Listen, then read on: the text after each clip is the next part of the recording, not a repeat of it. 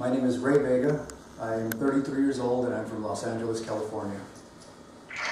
Awesome. And what is your occupation right now? What do you do to keep your vehicle? I am an independent contractor and I work for the Department of Defense. Awesome. Okay. And what do you do in that sniper school there? I am the operations officer for GPS Sniper School. Awesome. And so how long have you been doing that? And your experience with how you got there and all that, your experience in training and how you got into it? Early on, my life, I've always been intrigued with the military, law enforcement, etc. And I started off with the Police Explorer program. Right after high school, I started working in local jails for local police departments. And I joined the military. I joined the Marine Corps as an infantryman.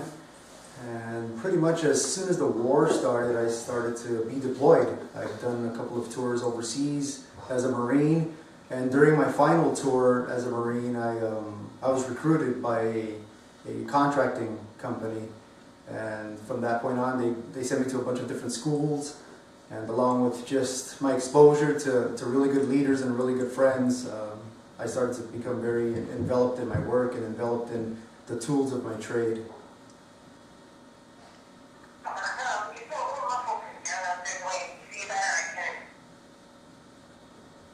Okay, I'm sorry, you there? Yeah, I'm here.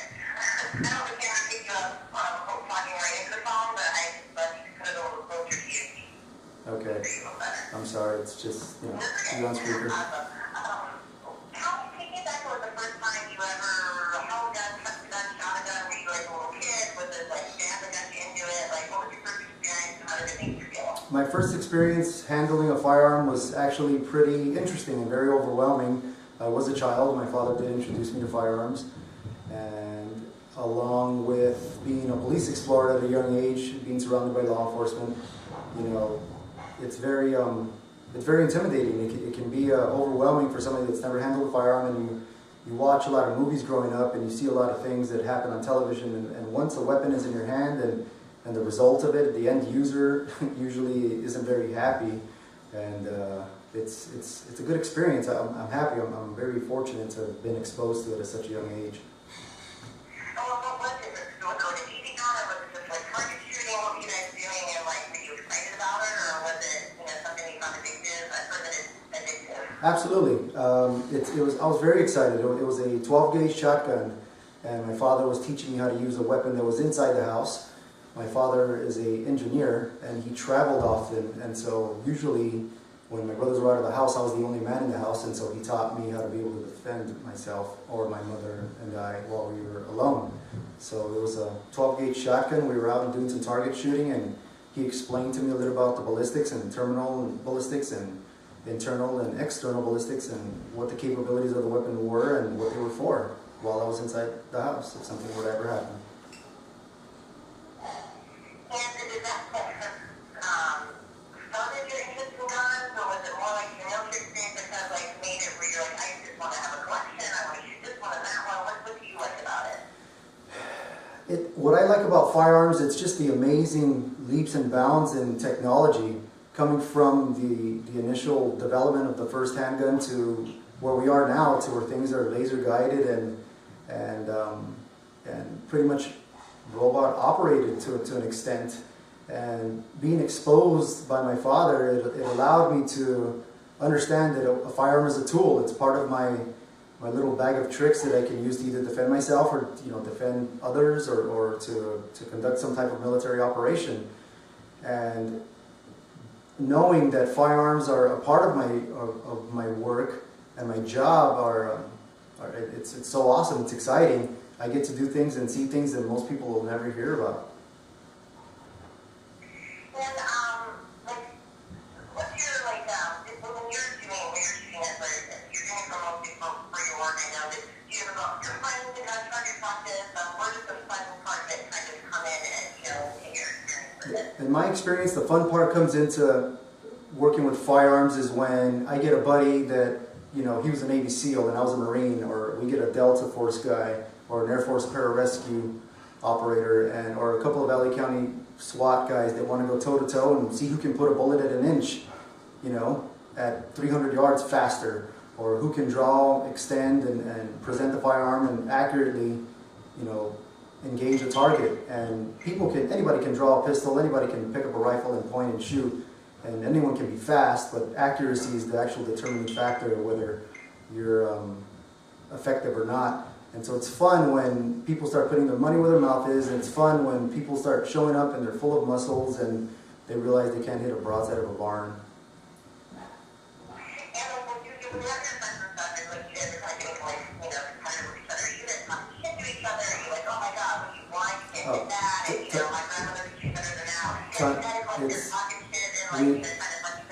We talk tons of shit all day long. We talk shit from the month we start planning to the moment we leave the range. People are talking shit. People, hide your face. You know, my grandma with missing fingers can shoot better than you. Everything.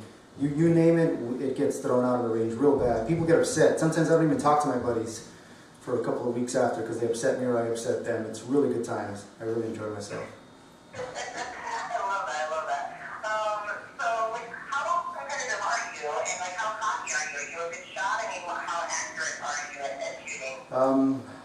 Cocky, I wouldn't say that I am. Formidable, I think is the word. I haven't done what others have done. I've done a small spectrum in my life. However, you know, I won't miss, and I'm still alive because I haven't missed. And people fortunately come to me and come to my school. People seek me out to learn because it's just something I've been gifted with. Some people can drive, some people can fly, some people are good at math or physics or chemistry or inventing something.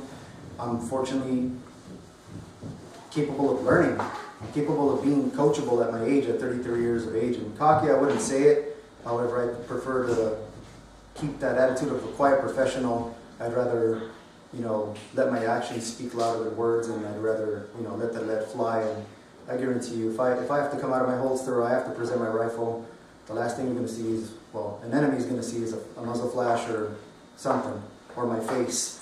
Nothing else.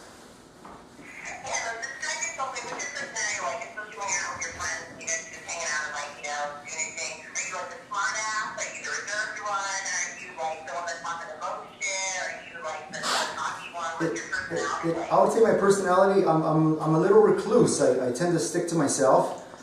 I am a smartass when I catch people. When they make a mistake, I remind them of it in a very subtle way. I don't drink, so I'm kind of like third wheel in a sense. Or the only reason my buddies call me is when they need a designated driver. So that's pretty funny. But once they start drinking, I take pictures and I remind them the next day of the silliness that they were involved in, and I make sure to rub it in their faces at every opportunity.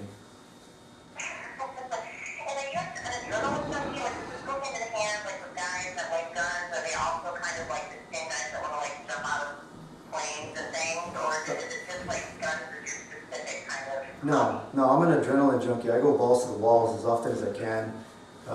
I try not to break the law. I actually don't break the law, but when I'm on red, I go balls to the walls. You know, there's nothing I won't try. There's nothing I won't do. You know, as long as it's legal and it's not going to land me in some jail, or I don't end up on what's that show called on the national in jail abroad or arrested abroad or something like that. Something like that. You know, I think for the most part, you know, I go balls to the walls. And it's like anything else, it's a switch. When it's time to go 100, I go 100. When it's time to go slow, I go slow.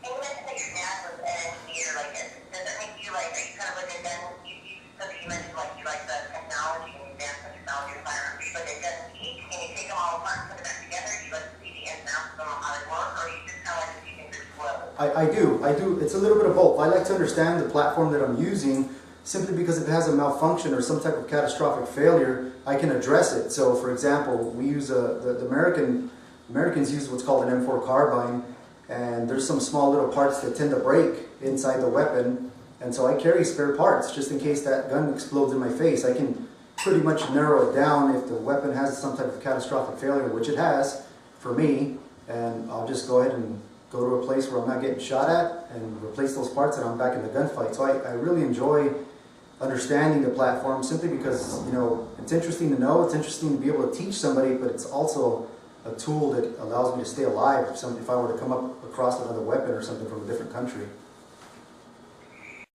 Like, all the permits are in order, and like, you can do whatever you want. Like,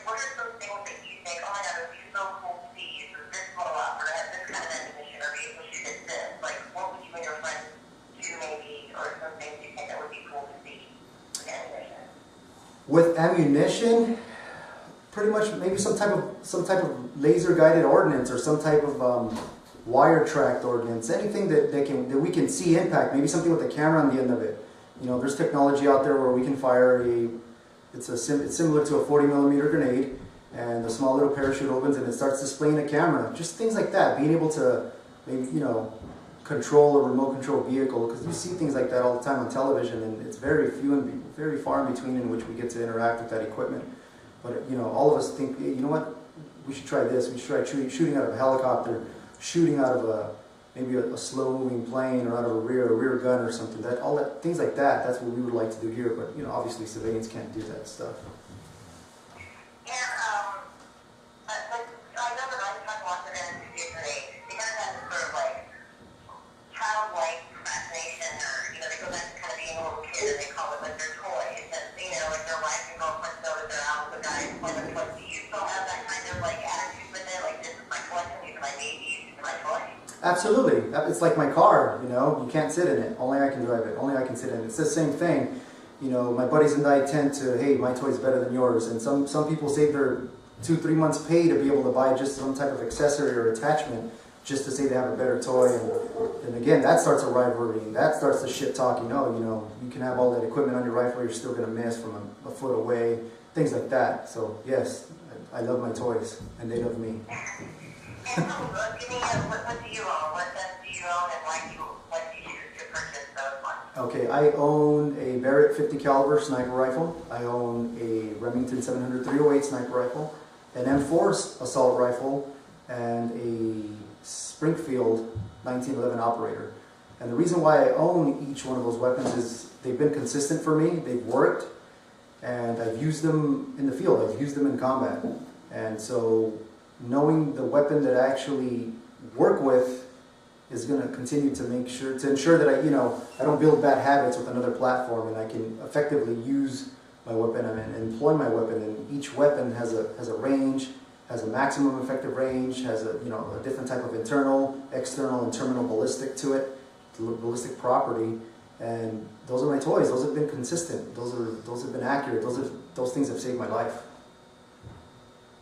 And one thing, what's the data like for you? You're the director of the Center Soul. Is that like your full-time thing? You do something else on the side? What do you have in your business? Right now, again, I'm an independent contractor, and so what happens is either government agencies or private agencies, they'll contract me out to do either protective details, counter-drug, anti-piracy type work, counter-terrorism type work overseas. And the contract that I'm on right now is working for this school, and I'm contracted out through the owners to train up Marines and SEALs for pre-sniper. So they come to my school to make sure that they're prepped for sniper school. And my day starts at 03, and it doesn't end till the job gets done. It's mission first, troop welfare second. And so I'm at the school, and I'm ensuring that my instructors are up to par. I'm ensuring that my instructors are doing their jobs. And my foot's on their throats, and my foot's on the students' throats. You know, and my job is to churn out, snipers. My guys can circumcise a fly from 300 yards away, and that's their job. I'm not there to be their friend, and I'm not there to pass out candy. They want to be a sniper, and this is what it takes. And so I make sure that I'm emotionally intelligent about it, but at the same time, I'm hard on them and my instructors to make sure that that op runs right, along with handling budget and finance and fiscal stuff and whatever the scope of work is, whatever government contract I'm on, because I get really big 3-letter agencies come out to my school, and I have to make sure that that place is running good. And for being a 33-year-old, I guess I'm a kid. I've got a lot to learn. However, I'm very fortunate to have this responsibility. And how many family? Are you married, kids? What you got? No, not married, single, and nothing. I'm alone. I've got my parents and I've got my brothers. But someday.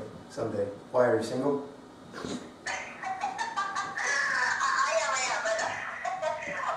Oh, you've seen a picture of me.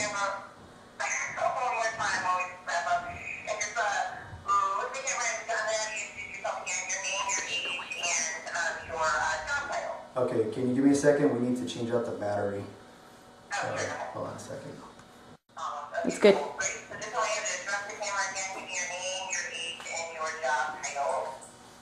My name is Ray Vega, 33 years of age, and I am a defense contractor. Awesome. And then, like, what did you sort of explain to kind of address the killing and just kind of like remind yourself a little bit about your expertise with guns, why you're an expert, and how accurate of a shot you are. Okay, repeat that for me one more time. I want you to kind of look at the camera and address it as if it's maybe one of your buddies or something where you talk a little shit about brag on yourself about your experience with guns, why you're an expert, why you're a good shot, why you're like, Mr. Gun Man. Wow, okay. My name is Ray Vega. This goes out to my buddies. Get in line. The line is long, okay? That line is long around the block. When you're ready to rock and roll, I'll outshoot you any day, anytime, any platform.